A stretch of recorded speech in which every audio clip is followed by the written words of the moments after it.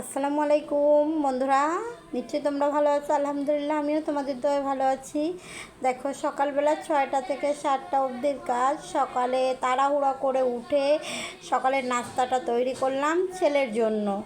দেখো, নাস্তাটা তৈরি করে দিয়ে তাড়াহুড়া করে বেসিনে চলে গেলাম। দেখো, বেসিন ভর্তি, যেহেতু আমার হেল্পিং হ্যান্ড নাই, তাই আমার নিজের হাতেই সব কিছু করতে হয়।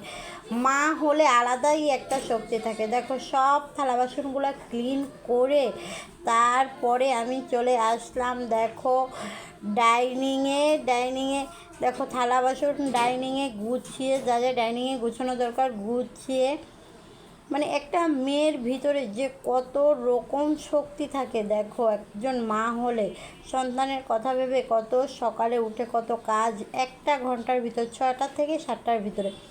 দেখো, তারপরে রুমটা ক্লিন করলাম, বেডরুমটা ক্লিন করলাম।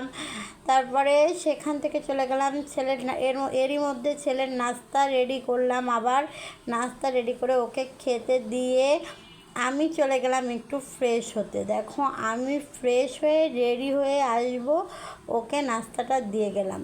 দেখো, সারা সকাল মানে ভোরবেলা উঠে যে কাজটা থাকে, সেই কাজটাই আমি তোমাদের ভিতরে শেয়ার করতেছি। দেখো, এখন নিজে একটু নিজের জন্য টিপটপ হয়ে চলে আসলাম, এখন নাস্তা খাবো।